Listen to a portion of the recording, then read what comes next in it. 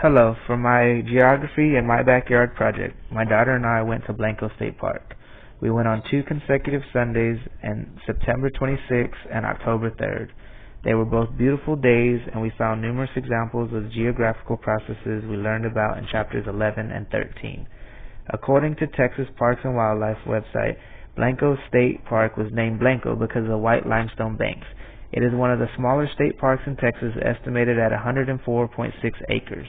The best part of the park is a mile-long access to the Blanco River that runs through the center of the park, allowing evidence of fluvial processes to jump out at amateur geomorphologists. The first picture was taken from a bridge overlooking the clear, shallow waters of the Blanco River. The second picture shows one of the numerous signs welcoming the visitors and sharing information about the park. The third picture is taken across the river, showing from a distance the white limestone the park was named after. The Blanco River is 87 miles long, and a section of the river disappears underground for a short distance before breaching the surface again. It is located in the Guadalupe River Basin, and after flowing into the San Marcos River, it continues into the Guadalupe River. Blanco is considered part of the Texas Hill Country, and 2021 provided adequate rain during the spring and summer. The Blanco River is a sinuous stream, and the picture on the left shows one of the curves. The picture in the top middle was taken under a bridge and shows the water level. It was high, but not as high as it had been earlier in the year. The picture in the bottom middle shows the slope of the river basin. The complete basin is much wider than the park itself. The interflows are much further back from the river. The last picture on the right is a flood gauge close by the river that helps keep parkgoers safe in case of high waters. These two pictures show that stream flow from runoff has formed or eroded 2 rills that lead to the river. The first is higher up in the watershed. The ground is hard and compact, but the continued flow of water created a narrow groove down the side. The second picture is lower on a quasi-second layer that is mostly limestone. Even the rock is no match from the dominating force of water, and it too has a nice rill eroded into the limestone. This picture shows the outer bend of the river. The water moves faster on the outside and carved out a section of the bank. Over time the bank will meander, but it will take longer because the bank is rock instead of soil. There was no access to the inside curve without actually getting in the water in order to look for evidence of deposition from the water slowing down. Deposited sediment has piled up in small areas, creating mid-channel bars. We find 3 mid-channel bars, all of which are pictured on the slide. One of them is photographed from both sides of the bank. Here are different examples of solution cavities, which are very common in limestone and are a product of carbonation.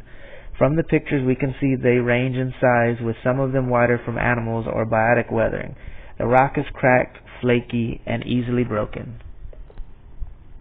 Each picture in this slide displays different plants that have taken root in the limestone and have either broken straight through or are sprouting out the top of the rock. Weeds, grass, cacti, and trees all contributed to the biotic weathering seen in all 4 pictures. Limestone is a wonderful canvas for studying weathering. The pictures on this slide show significant joints or cracks in the limestone. What is really interesting is the joints are fairly uniform and are in a way 3-dimensional. The bigger picture on the left shows a joint that is vertical in nature and runs parallel to the river. The joints in the picture in the top right are also vertical but run perpendicular to the river. And the last picture on the bottom right, the joints are horizontal and parallel to the river. The first of the 2 pictures show an example of mass wasting, which is mechanical weathering.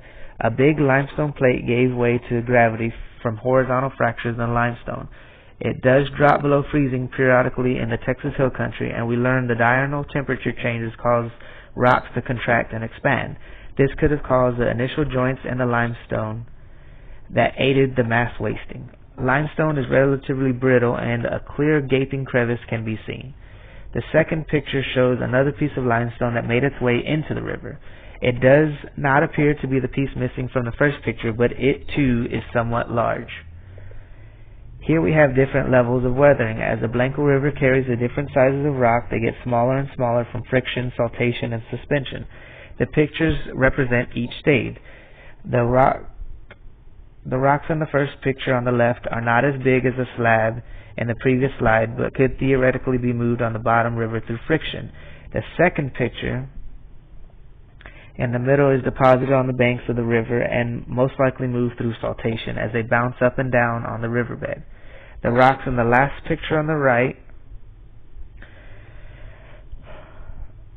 have been weathered down to mere specks and would probably be suspended at the top of the river. These were trapped on the top of the limestone banks after the water level dropped and the remaining water evaporated.